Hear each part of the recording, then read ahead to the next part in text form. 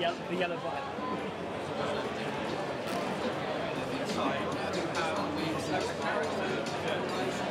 It can be freeing in the sense that if you don't have a huge company sort of lording over the top of you, throwing money at you that you need to justify the spend, that can be freeing. But having a bootstrap budget means you're limited on the resources you can use. It means that you have to, when you make a decision about where that money goes, you have to really understand what you're doing before you do it. And in a way, what that ensures is that the quality that goes into the game is higher because you're making very, very, very tight decisions about what you're spending money on. You're not just sort of throwing money at it, seeing what works, you're really thinking about it.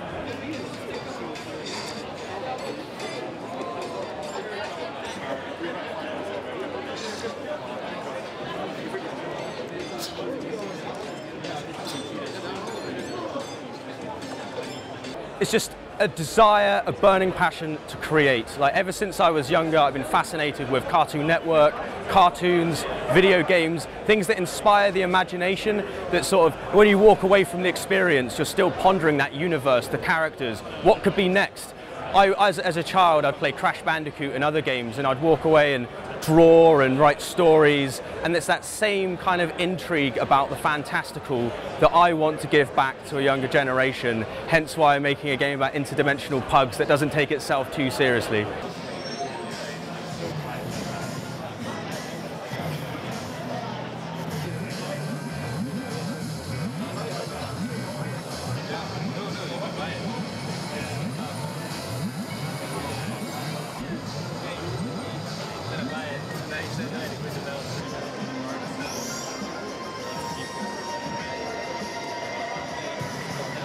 I love computer games, I love programming. I'm the programmer and developer, so I love the code side of it. We love the art. We just we all used to do game jams together, and this is sort of like one of the game jams where we loved the game we were making so much it just kept going past the initial jam periods, basically.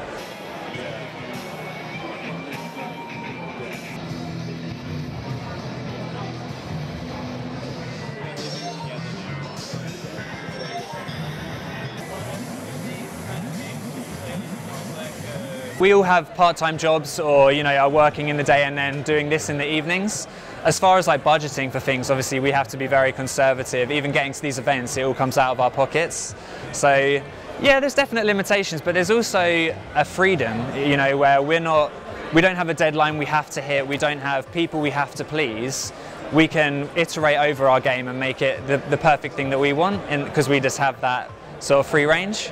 So yeah, ups and downs, ups and downs.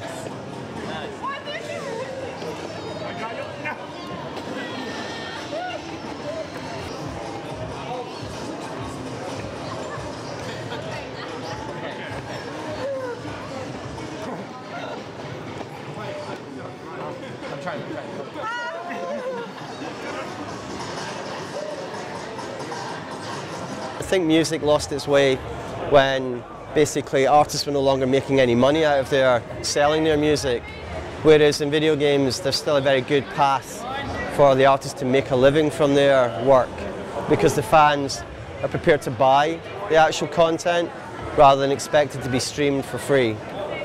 So I think we still have in a way, quite an old-fashioned business model that's more familiar to the 90s, whereas music, we've kind of lost that model.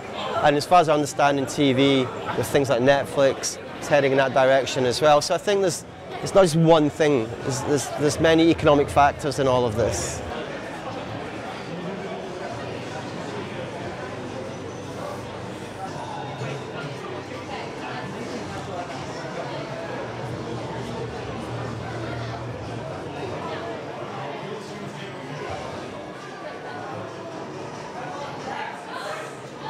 They find the artist and then they follow that artist. And if the artist is on Switch or on Steam or on PC or on Xbox, whatever, that's where they will go and interact with them. So I'm not worried And I think we're going to see a lot of business models emerging. Some of them are already here, like Game Pass. And you can be in part of that, but you also have to think about what's the best place for your content and be very thoughtful on that and not just run into something blindly.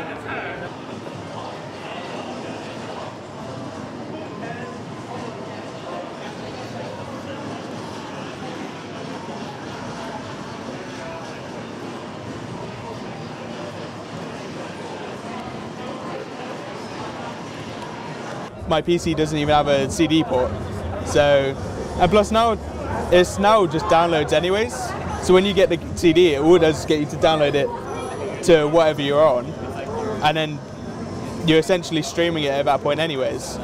So like, I miss it, but at the same time it's more convenient just to either have a pass or buy it online and stream it rather than buy a CD, which usually costs more.